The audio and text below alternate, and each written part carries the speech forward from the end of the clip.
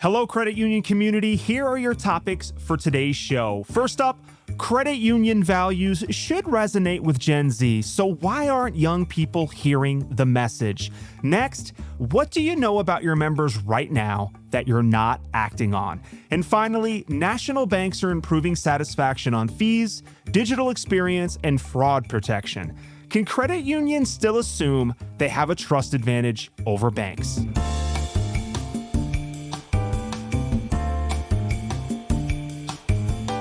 Welcome to Grow Your Credit Union, the podcast that fosters the growth and development of current and future credit union leaders by facilitating challenging discussions and presenting solutions to industry obstacles. That's our mission statement, and I will never forget it because it's tattooed on my upper back. So the next time you tell me about your dedication to the credit union movement, you better show me the tats to prove it.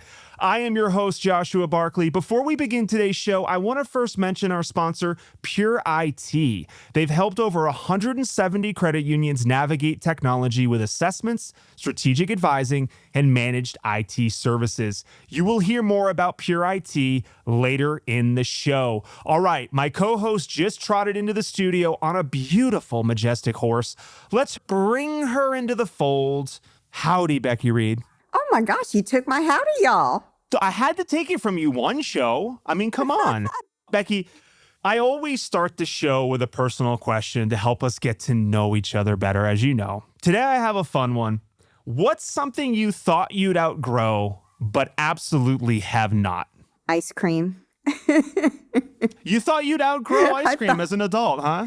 Oh, you know what? I grew up in the country and we would have a churn. We would churn ice cream with rock salt and do this whole thing. And it was just the most amazing thing ever. And Bluebell ice cream was the second best thing you could get to homemade ice cream, right? And I still love Bluebell ice cream. My favorite flavor, pecan pralines and cream. Yours is interesting. I didn't think you'd say ice cream. I was a high school basketball player and I talked a lot of crap. So I have a bad problem with talking crap to my opponent. And now I'm 40 and I've gotten back into basketball and I'm finding myself talking smack to 16-year-old kids. And I have to tell myself, Josh, that is a 16-year-old kid you're going back and forth with, dude. You're 40. Stop. Give it up, dude. Stop being weirdly overly competitive. So I thought I would get over that, but I have not. Ice cream, I still eat that every day, Becky. I can't believe you thought you'd ever get over that. We have a good show today. I'm supposed to say that, but we have a good show every show, so you already know that. Let's bring out our guest for today. She's the Chief Marketing Officer at United Federal Credit Union, Kaylee Gaines. Kaylee, welcome to Grow Your Credit Union. Thank you. Happy to be here.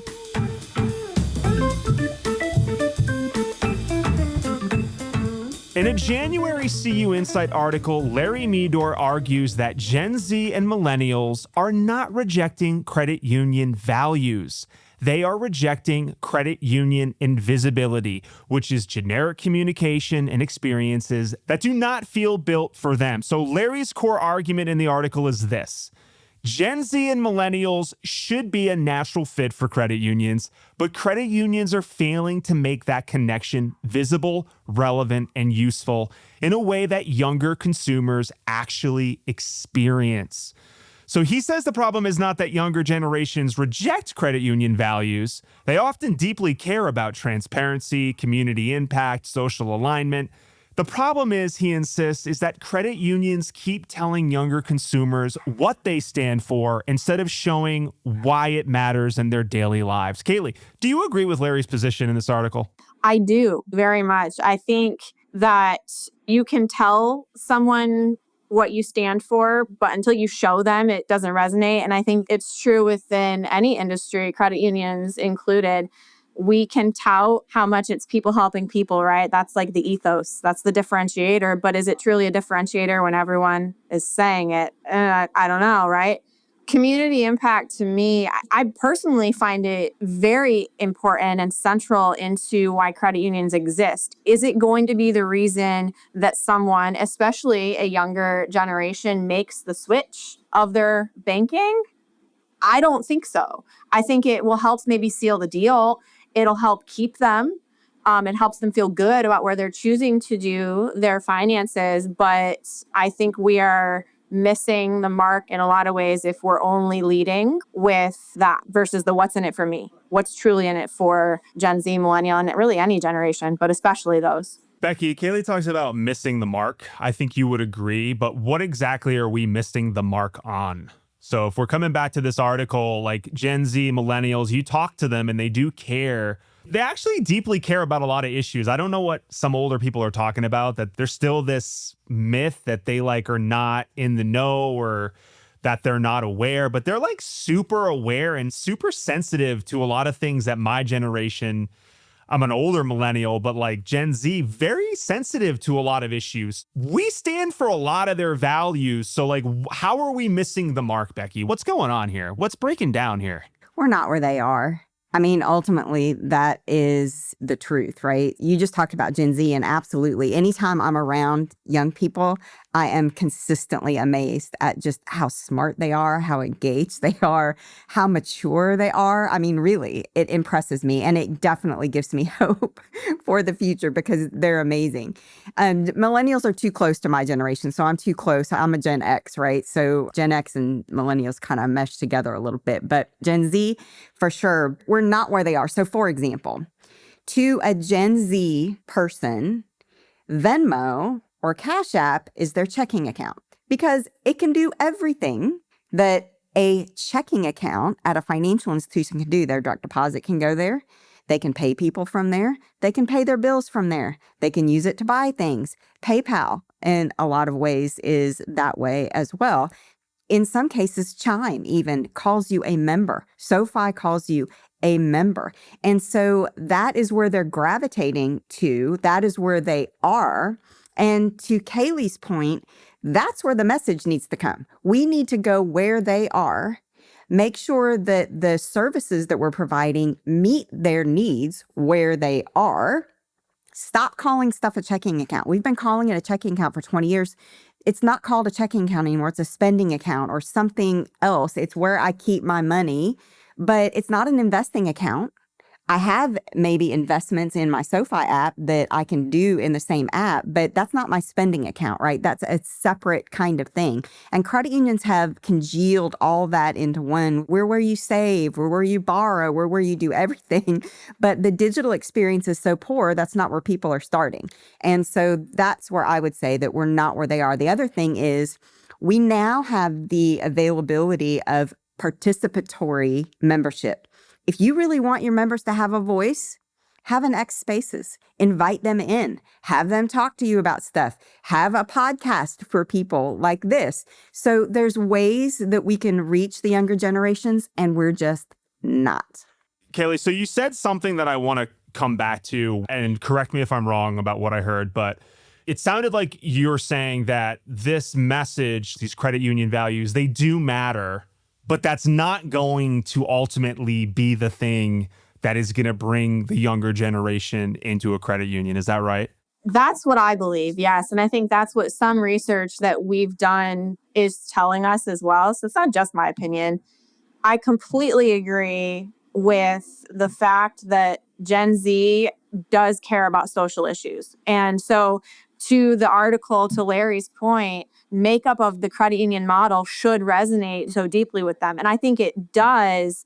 I do not believe it would be the sole reason that a Gen Z individual would join a credit union and go through the friction and pain at the end of the day of changing their entire banking relationship. I think we are doing a disservice to the core of our business model by not providing them with a more tangible reason to switch.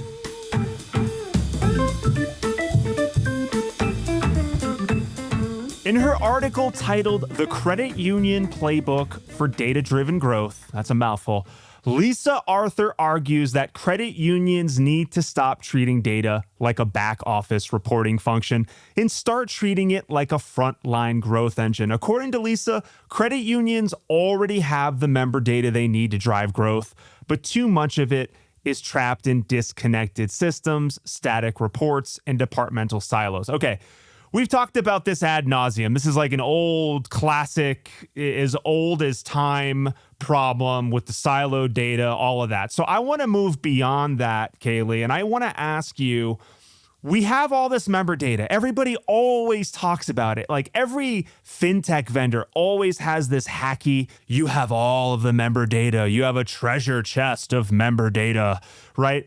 And I understand that there's a lot of it that's siloed. But what I want to know from you, Kaylee, is what do credit unions already know about their members that they are actually not acting on nearly enough? I think as an industry, what we're not doing enough of is using the data we know about our members to identify what do they truly care about and what do they need next.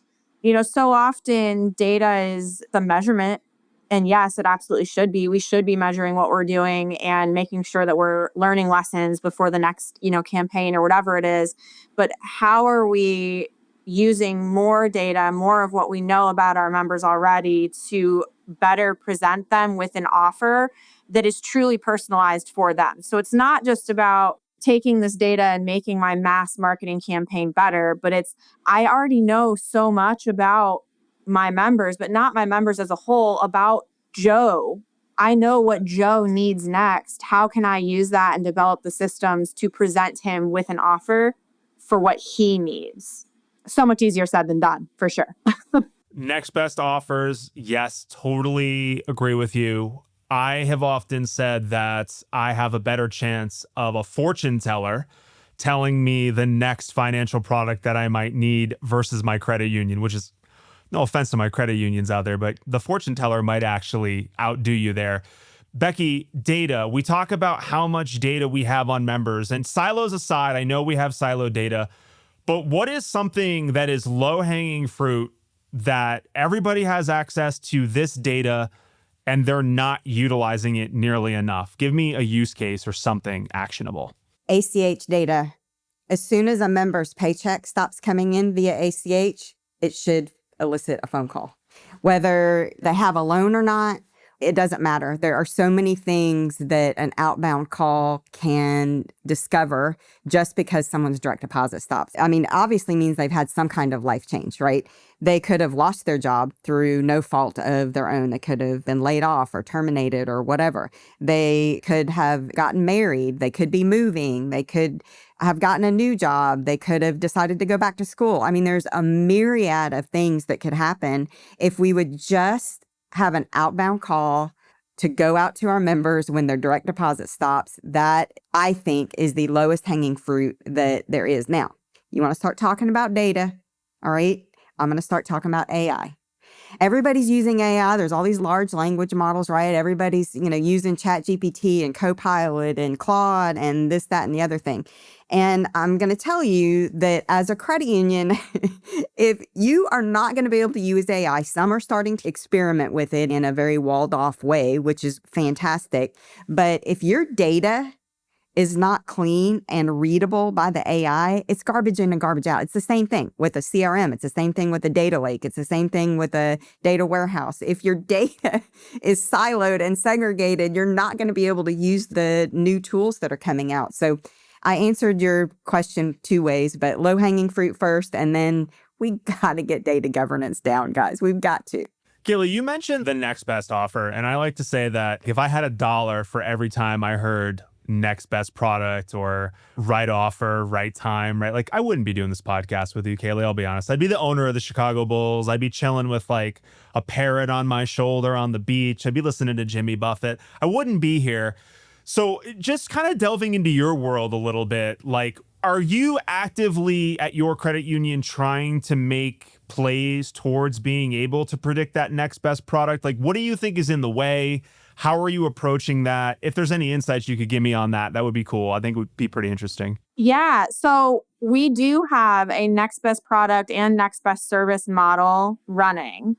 We are seeing success with that. It's a never ending journey, though, I will say, because I completely agree with you, Becky. It's the outcome's only going to be as quality as the inputs.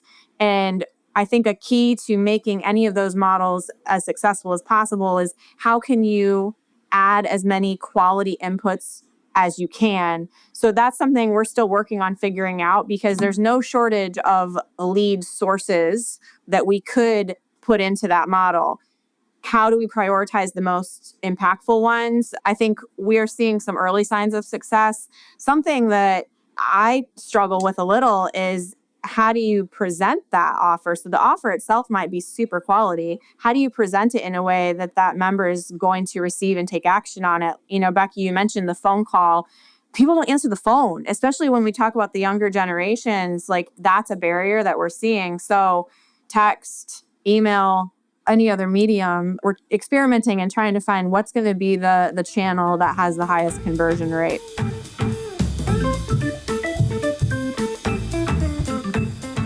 For nearly 10 years, Pure IT has helped credit unions modernize their technology, strengthen their cybersecurity posture, and build strategic roadmaps that align with their mission to serve members. They don't show up with a one-size-fits-all solution. Pure IT meets your credit union exactly where you are, whether you're tackling infrastructure upgrades, navigating regulatory pressure, or trying to stretch a small IT team across big institutional priorities. Pure IT's approach is simple. Put strategy first, reduce complexity, and give leaders the clarity they need to make confident technology decisions. With deep experience across cloud alignment, cybersecurity resilience, and long-term IT planning, they empower credit unions to operate securely, efficiently, and with purpose. If your institution is ready for a strategic partner who understands the unique challenges of the credit union world, visit pureitqso.com. That's pureitcuso.com. Pure IT, helping credit unions build technology that works as hard as they do.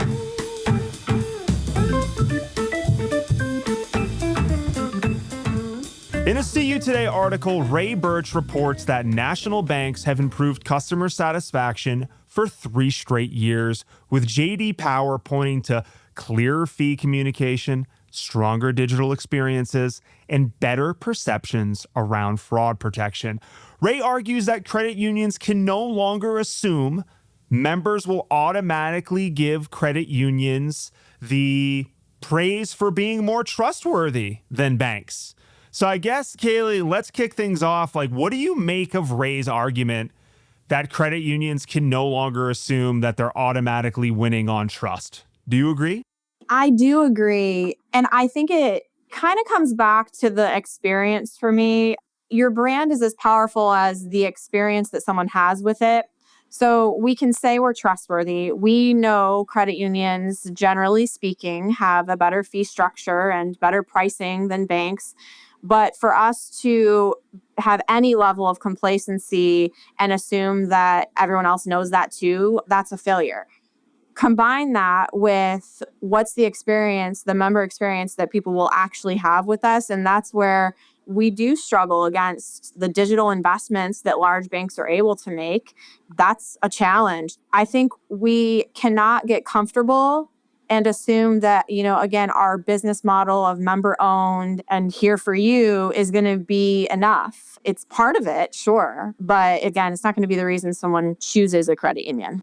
No, I agree with you. I don't think it is going to be the reason someone chooses a credit union. And the complacency, that's the key word, I think, from you. And I think from the article as well. Yeah. Is we're in this comfort zone right now where we think we can sit back and put our feet up on the ottoman and people will automatically just assume credit unions are more trustworthy. Becky, what do you think about that? The trust factor. Do you think that this article is pretty accurate in that there really is no distinction anymore when it comes to trust? Does anybody think credit unions are just naturally more trustworthy than banks anymore, Becky? What is trust? I mean, let's talk about that, really. And I love Ray Birch. He always has really fantastic articles. I love reading the stuff that he writes. So, trust. How does a financial institution exhibit or demonstrate trust to the masses? So, a bank how do they demonstrate trust in a different way than a credit union does? And obviously, we have different fields of membership and all of those things. But at the end of the day, I think that Kaylee hit it on the head when she talked about experience. So people right now are equating trust with experience. And the reason is because it's like, well, I'm not going to trust an app that's crap. I mean, if your app doesn't do what I need it to do, or you lock me down in such a way that I'm unable to make the transactions that I need to live my life, then that tells me I can't trust you, because I can't keep my money there if my debit card is continually compromised. I can't keep my money there if my digital banking login, I get locked out every 5 minutes. I can't trust and live my life there if I can only send $50 to a friend and it takes 5 days. So I think that experience right now has to be equatable with trust. And I think that's where credit unions are missing the mark, because frankly, you talked about complacency, you talked about sitting on our laurels. Well, trust, I'm using air quotes right now. I know you guys can't see me, but trust 30 or 40 years ago meant something different than it means today. What do you think it meant 30 years ago, Becky? Because not to age you, but you were a credit union CEO for about 30 years. And so like, where do you think it's gone? Was the in-branch experience was more of the trust factor and versus now? Trust had to do with people. Trust had to do with knowing the teller, knowing the loan officer, knowing the CEO. Trust had to do with making sure the doors stayed open and the financial institution was safe and sound. I think that those things are less important to today's consumer than they were 30 years ago. Don't disagree with you. This topic kind of stifles me a little bit because there's so much apathy. Us in the industry, we like to talk about all this stuff.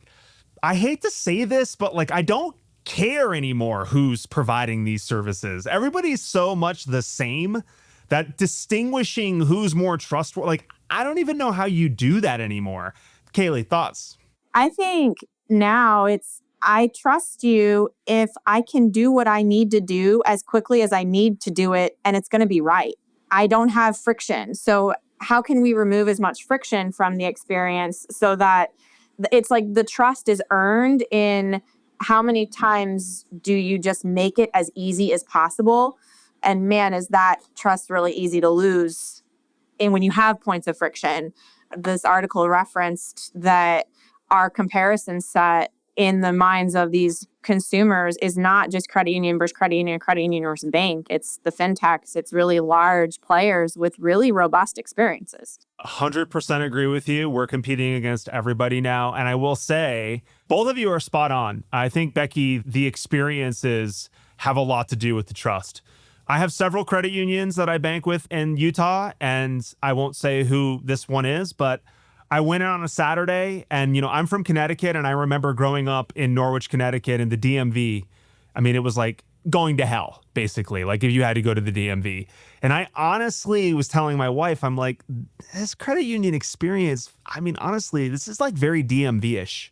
And it eroded my trust in the service. It makes me not want to bank with them anymore. It makes me reluctant to just want to do anything with them. So I think, Becky, I agree with you 100%. Trust is the experience. Kaylee, you also hit on that. The experience is the trust. The trust is the experience. That brings us to the end of the show. Kaylee, do you have any final thoughts that you want to leave with our listeners? Any plugs, anything you want to mention? As an industry, we have such a great story to tell. So I really appreciate that podcasts like this exist that are bringing marketers and credit union professionals and vendors all together, because there's so much market share to be gained when we look at what big banks have and the value we know we could bring to those people. So, thank you for facilitating this, and we can learn a lot from each other. And if people want to get in touch with you, Kaylee, what is the best way they can do that? I am on LinkedIn and welcome conversations and connections. Becky, final thoughts. I think that this whole show really comes down to experience and how important that is. And I wonder right now how many credit unions, as we go into planning season, have member experience. at the top of their list. Many times we put products up there or different software or a core conversion, a credit card conversion, a new technology, some new feature, instead of really going, okay, let's look through the lens of experience and all these Frankenstein things that we have mashed together. And let's look at it from the consumer's perspective, from our members' perspective, and make that better. And my challenge to the industry is if you just do that, make the member experience better. I would love to see what the results are after you did that. And Becky, if people want to get in touch with you, how do they do that? LinkedIn, baby. LinkedIn, baby. All right, I want to thank our guest. I want to thank my co-host, Becky Reed. I want to thank our sponsor, Pure IT. You can check them out at pureitqso.com. And the biggest thanks goes to you, our listeners, for continuing to support and listen to another episode of Grow Your Credit Union. If you like this show, follow us on your podcast player of choice. If you want to be a guest or would like to talk about sponsorship opportunities, head to growyourcreditunion.com to learn more. Thank you for listening, and we will see you next time. Take care. Bye-bye.